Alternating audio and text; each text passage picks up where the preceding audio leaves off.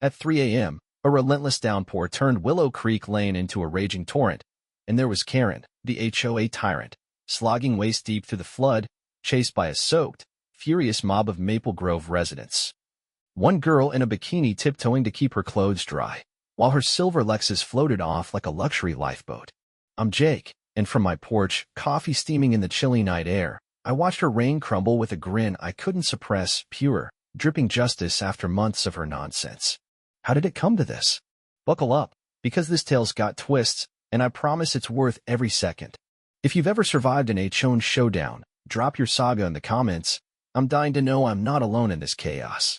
6 months ago, my world was damn near perfect. I lived just beyond the manicured claws of the Willow Creek Homeowners Association, on a scruffy patch of unincorporated land outside Maple Grove. My house is nothing fancy, a modest ranch I hammered together with my own hands after years of saving every dime from my hardware store gig. But the real gem? My backyard garden. Picture this. Peach trees sagging with fruit so ripe it'd burst in your mouth, cherry blossoms that turn spring into a pink and white fairy tale, and a scrappy little pear tree that refused to quit, even when summer scorched everything else. That garden wasn't just plants, it was my lifeline. After 10-hour shifts hauling lumber and dodging cranky customers, I'd stumble home, kick off my muddy boots, and sink my hands into that cool, rich soil. The smell of damp earth, the hum of bees darting between blooms, it washed away every ache, every frustration. It was my peace, my pride, my little rebellion against a world obsessed with HOA-approved lawns and beige siding. I'd sit out there at dusk, beer in hand, watching the sun dip below the horizon, and think, this is mine. Nobody can touch this. Then Karen strutted in and lit that delusion on fire. It was a crisp October morning, the kind where the air bites just enough to wake you up. I was sipping coffee on my porch when I spotted her, Karen Miller, Willow Creek HOA president, marching toward my property line like she owned it. She had a clipboard clutched tight, a blonde bob so sharp it could slice bread, and a squint that said she'd never met a rule she didn't worship. No, good morning, no wave, just her, pacing back and forth, scribbling notes like a detective on a mission. I leaned on the rail, trying to keep it light. Hey, Karen, what's got you out here so early? My peach tree's stealing your spotlight. She didn't even look up. Your sprinklers are a hazard, Jake, she snapped, her voice clipped and cold, like I'd personally drowned her precious cul-de-sac in a monsoon. I laughed, big, dumb mistake. A hazard? They're basic sprinklers, Karen. You're joking, right? She whipped around, fixed me with a glare that could have curdled milk, and huffed, we'll see about that. Then she strutted back to her golf cart, tires crunching gravel, leaving me with a knot in my stomach I couldn't shake. The petty onslaught started the next day. Not a knock on my door or a civil chat. Nah, that'd be too decent. Karen went straight for the jugular, lighting up the neighborhood group chat with a message that made my jaw drop. 47, Pine Lane causing excessive runoff, disrupting community standards. My address in bold, like I was some rogue outlaw flooding their perfect little world. Their ritzy subdivision got puddles every time it rained, shocking. I know, but instead of fixing their own half-baked drainage, they pointed fingers at me. I scrolled through the thread, watching neighbors I'd never met pile on. Selfish jerk. Ruining our property values. I wanted to fire back, but I held off, figuring they'd run out of steam. Wrong move. A week later, I woke up to a sound that still haunts me, the guttural roar of a backhoe clawing through my garden. I stumbled outside, coffee sloshing, and froze. My cherry trees, 5 years of tender care, snapped in half, branches dangling like broken limbs. Peach roots jutted out, torn and bleeding into the dirt. A crew in neon vests churned through my sanctuary, not even glancing my way. I charged over, heart slamming against my ribs, voice cracking. What the hell are you doing? One guy shrugged, barely pausing. HOA job. Drainage fix. I couldn't breathe, couldn't think, just stood there, watching my haven get ripped apart, piece by piece. By noon, Karen was at my door, all smug and polished, a glass of Chardonnay in hand like she was toasting her victory. It's for the greater good, Jake, she purred, sipping slow and deliberate. Your garden was a liability. A liability? My blood turned to fire. You trespassed, Karen. You butchered my trees. She waved me off, cool as a cucumber. They're just plants. Don't make a scene. I stood there, fist clenched, her smirk burning into me. This wasn't about water. This was about power, about her need to control everything, even my little slice of freedom. And right then, staring into her smug, wine-stained grin. I knew one thing for damn sure. Karen had no idea she just started a war she couldn't win. Karen didn't waste a second digging her claws deeper after that first strike. The morning after the backhoe massacre, I was still reeling, picking through the wreckage of my garden like a mourner at a funeral. Splintered cherry branches littered the ground, peach roots poked out like broken bones, and my scrappy pear tree leaned hard, fighting to stay upright. I was on my knees, salvaging what I could, when I heard it, the low rumble of machinery again. I bolted up, heart racing, and saw them. Two guys in neon vests, back with that cursed backhoe, carving a trench right along my property line. It snaked through the corner of my garden, slicing deeper into the soil I'd nurtured for years. I sprinted over, dirt caking my boots, and yelled, "You're on my land." "Stop." One guy glanced up, bored as hell. "HOA orders. Drainage solution." I pointed at the boundary stakes, fury boiling over. "This is trespassing." He shrugged, and kept digging. I stood there, chest heaving, watching my world get gutted again, and all I could think was, "Karen, you've gone too far this time." By dusk, the trench was done, a jagged scar running through my garden, eroding soil with every gust of wind. I stormed over to Karen's McMansion, phone recording, adrenaline pumping. She opened the door in a silk robe, Chardonnay in hand, same smug routine. "Evening, Jake," she said, like we were chatting over tea. "Why'd your goons tear up my property?" I demanded, voice shaking. She smirked, swirling her wine. "It's necessary, sweetie. Your runoff's flooding our streets." I blinked, stunned. "My runoff? You mean your lousy grading?" She stepped closer, eyes glinting. "It's for the community. You'll get over it." I held up my phone, zooming in on her face. "You killed my peach trees for this?" She laughed, actually laughed. "They're just trees, Jake. Grow up." I walked away, her cackle echoing behind me, and right then, something snapped, not loud, not wild, but cold and sharp. This wasn't just about trees anymore. This was personal. The next week was a blur of petty warfare. Notices started showing up, taped to my door, stuffed in my mailbox, claiming my sprinklers were a malicious water hazard. Malicious. Like I was some cartoon villain twirling a mustache, plotting to drown Willow Creek in my garden hose. One letter gave me 15 days to dismantle my non-compliant irrigation system, a system that was literally just a sprinkler and a timer. I laughed till my sides hurt, then trashed it. But the damage kept piling up. That trench? It wasn't just ugly, it was a disaster. The next rain hit hard, and water poured through it, washing away more soil, stressing my remaining trees. My pear tree buckled under the strain, roots exposed, leaves wilting. I tried shoring it up with stakes and dirt, but it was like putting a Band-Aid on a broken leg. 5 trees were showing signs of dying now, and every time I looked out my window, I felt a piece of myself slipping away with them. I tried the legal route, called my buddy Mike, a lawyer who owed me a favor from college. He came over, all business in his rumpled suit, and we pored over property maps and HOA bylaws at my kitchen table. "Technically, they're over the line," he said, chewing a stale pretzel. "Trespassing, property damage. You've got a case." My hopes spiked. "So I can sue?" He winced. "You could, but their legal team's a machine.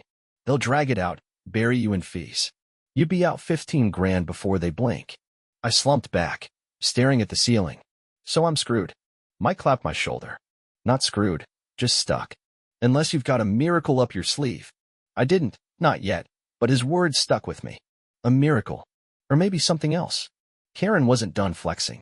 One afternoon, I came home from work, exhausted, sawdust in my hair, and found a concrete pipe punched through my back fence. Not next to it, not along it, through it. No note, no heads up, just a gaping hole and a pipe funneling their runoff straight into my garden.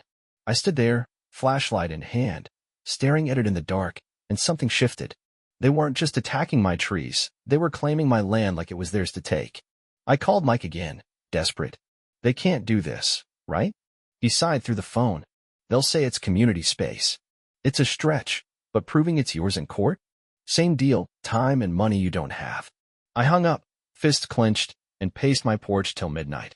That pipe wasn't just a violation, it was a middle finger, and Karen's name was written all over it. The HOA kept the pressure on. Neighbors I'd waved to for years started glaring when I walked by.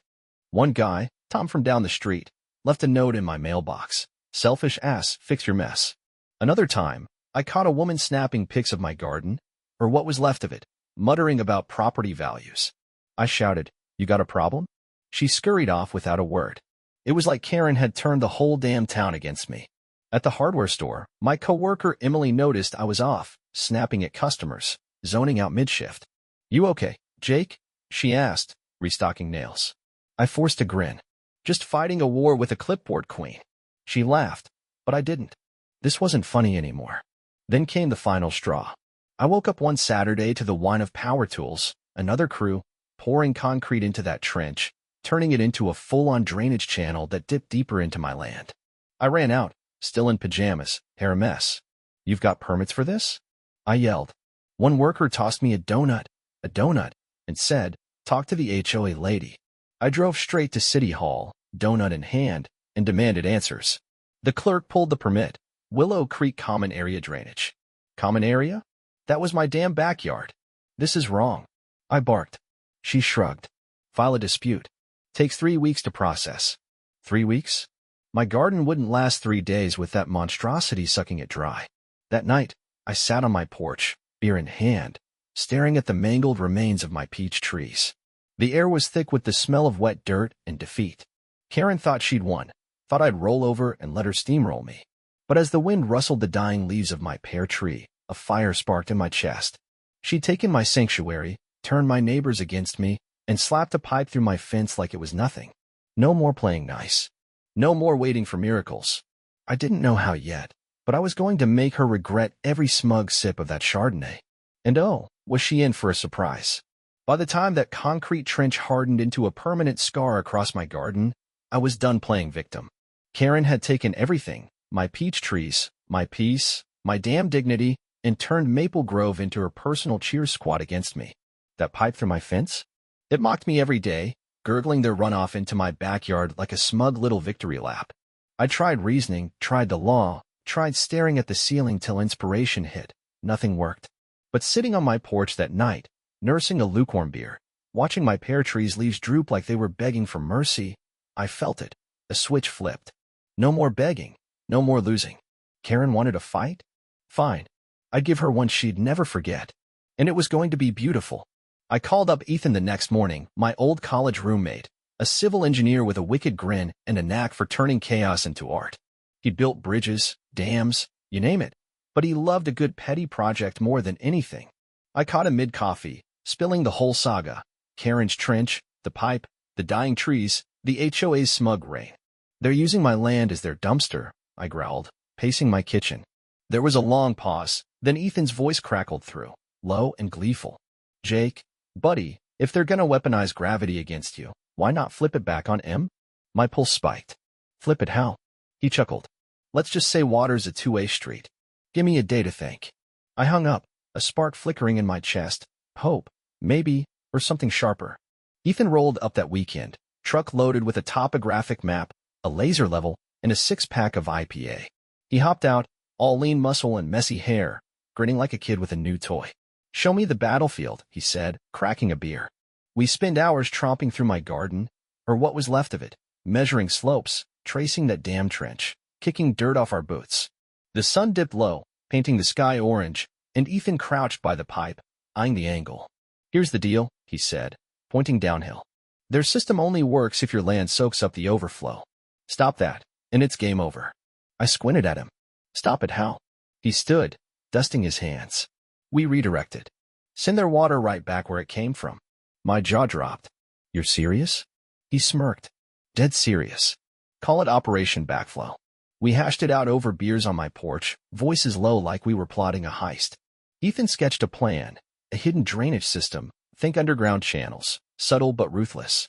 I'd layer packed clay and gravel over the trench to block absorption, plant shrubs to nudge the flow, and bury pipes to funnel every drop back downhill, straight into Willow Creek's lowest streets. "No permits needed," Ethan said, tapping the map. "You're just landscaping your own property." I leaned back, mind racing. "And when it rains?" He grinned, all teeth. "Their fancy trench turns into a boomerang. Water hits, backs up, and bam, flood city." I clinked my bottle against his. "You're a genius." He shrugged. "Nah, just petty as hell." I got to work the next day, fueled by spite and a playlist of old rock blaring through my earbuds.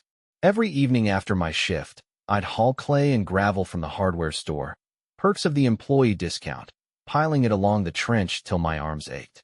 I'd shovel under the moonlight, headlamp bouncing, sweat stinging my eyes, imagining Karen's face when her perfect little world got soaked. Neighbors peeked out their windows, probably thinking I'd lost it, but I didn't care.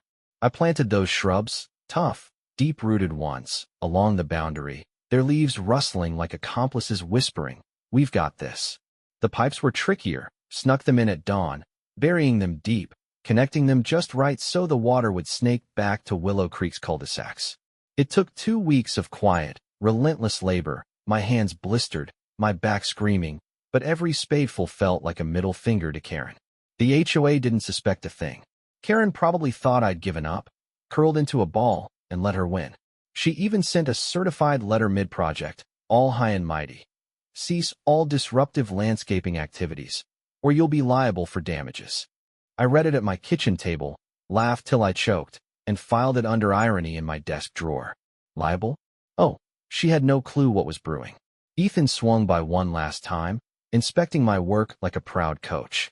"Solid," he said, kicking a pipe. "Now we wait for rain." I nodded, pulse thrumming. "How big a storm we need?" He glanced at the sky, smirking. "Big enough to make her cry." The forecast came a week later, and my heart did a flip. Heavy rainfall expected, flash flood risk in low-lying areas. I couldn't have scripted it better. I spent that day prepping, double-checking every pipe, every shrub, my garden-turned weapon primed and ready. At work, Emily caught me grinning like a fool. "What's up with you?" she asked, stacking paint cans. I winked. "Just waiting for nature to throw a party." She raised an eyebrow but didn't press. That night, I sat on my porch, beer in hand, watching the sky thicken, slate gray clouds rolling in, fat with promise. The air crackled with tension, the wind picking up, rustling my battered pear tree like it knew what was coming. I raised my bottle to it. "Hold on, buddy. We're about to win this." The rain started soft, a gentle patter tapping my roof, lulling me into a false calm.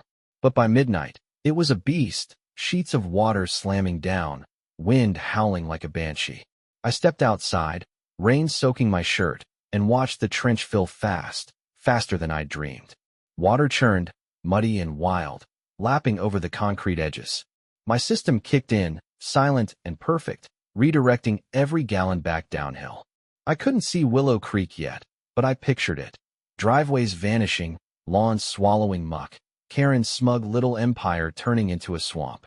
I laughed into the storm, rain streaking my face, and whispered, "This is for the peach trees, you witch." The night was young, and the best was still ahead. The storm didn't mess around. It came in like a freight train, and by 1 a.m., my backyard was a war zone of water and mud. Rain pounded the roof, a relentless drum roll, while wind screamed through the trees, shaking my scrappy pear tree like it was cheering me on. I stood on my porch, soaked to the bone, watching my plan unfold. That trench Karen's crew had carved? It was overflowing now, a churning river of brown sludge spilling over the concrete, racing through my hidden pipes and shrubs like a guided missile aimed straight at Willow Creek. I couldn't see the cul-de-sac yet. The dark and the downpour swallowed everything, but I didn't need to. The chaos was coming, and I'd built the perfect front row seat. Down the hill, it was pandemonium. I grabbed my raincoat, slipped on boots, and trekked to the edge of my property, flashlight cutting through the sheets of rain. Willow Creek Lane was gone, replaced by a shallow lake, water lapping at mailboxes, swallowing sidewalks, turning pristine lawns into soupy messes. A patio chair drifted by, spinning lazily, while someone's trash can bobbed like a buoy. I heard shouts, angry, frantic, over the roar of the storm. "My basement," a woman wailed, her voice cracking. "The garage is flooding," a guy bellowed, splashing through the muck. Then I saw her, Karen, staggering out of her house, bathrobe plastered to her skin, hair a wet mess, yelling into her phone.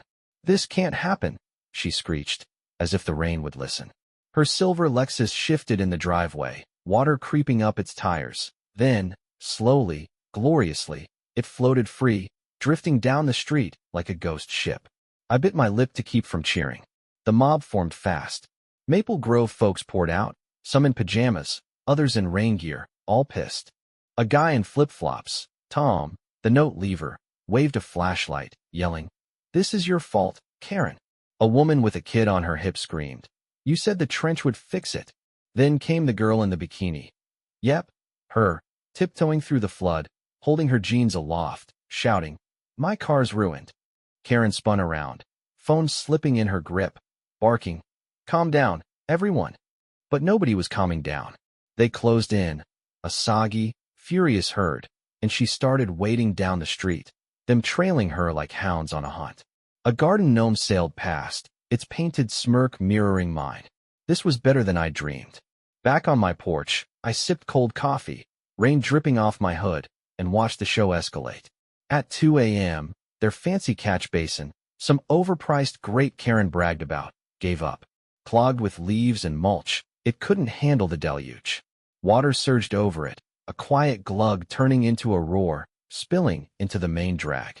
Driveways vanished, a mailbox snapped off and floated away, and the HOA's precious walking path, $10,000, of community pride, sank under 6 inches of gritty runoff. Sirens wailed in the distance, red and blue lights flashing as a fire truck rolled in, too late to save the day. Karen was ankle-deep now, then knee-deep, still screaming into her phone, probably at the city, her lawyer, God, who knows. Her Lexus nudged the Johnson's rosebushes, headlights flickering like a dying SOS.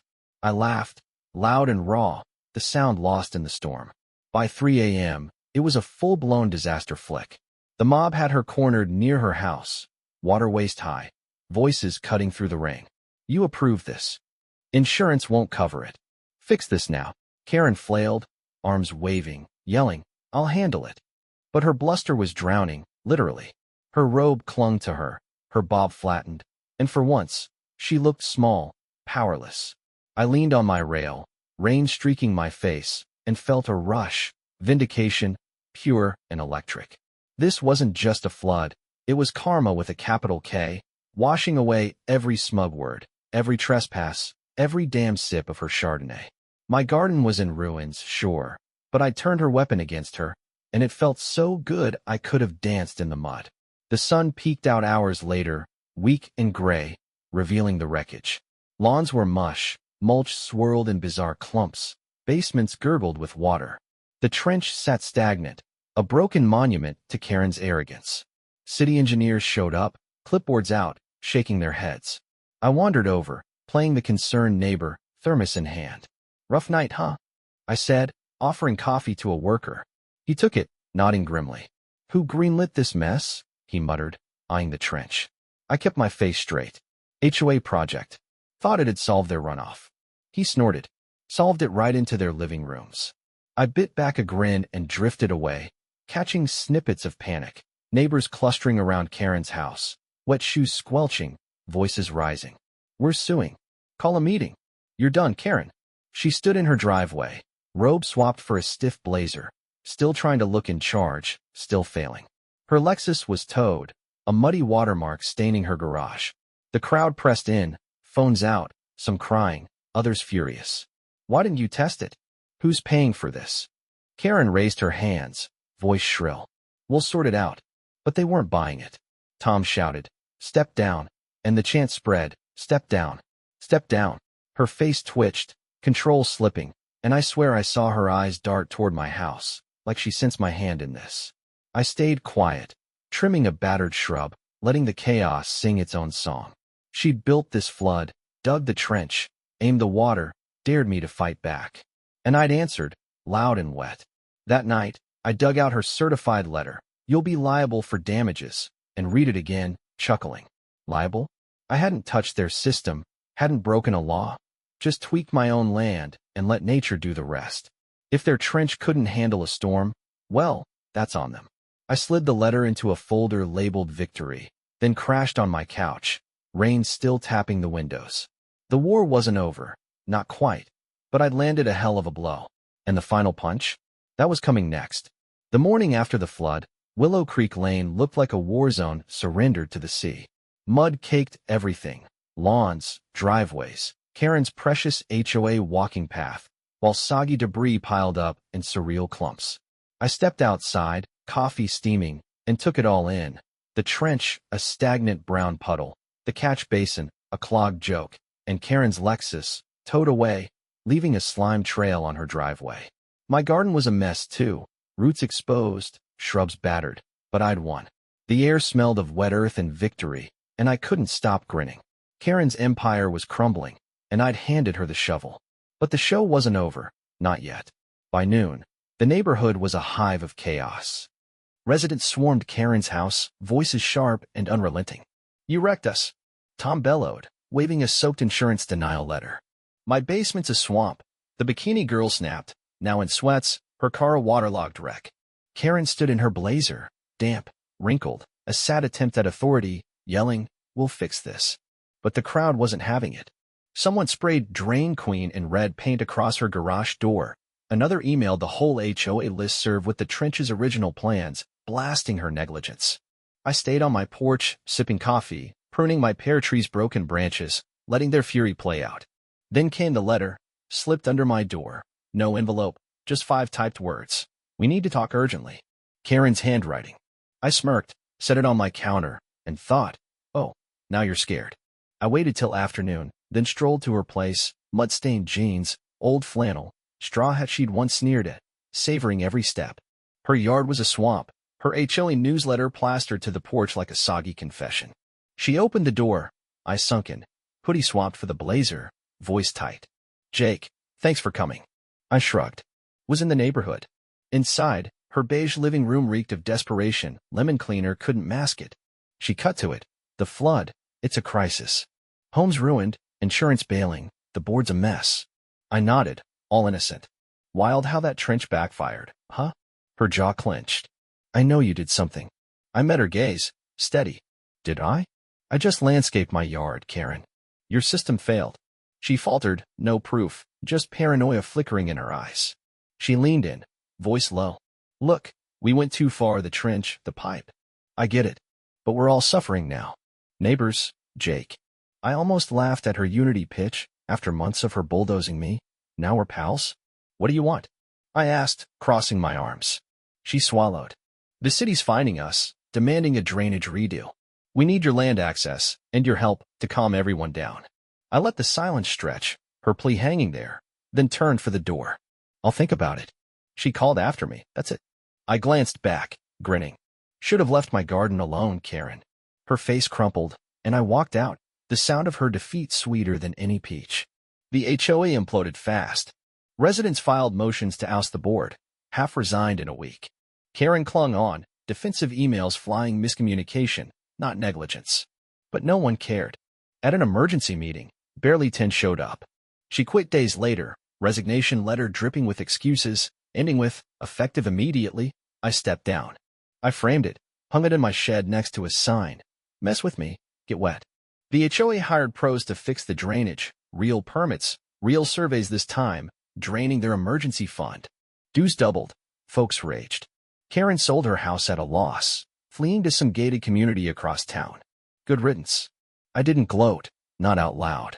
I got to work instead, hauling new soil, replanting my garden, peach trees, cherries, a new pear sapling with roots tough as nails. The city coughed up a settlement after admitting their permit screw-up, enough for a greenhouse where I nursed seedlings through winter.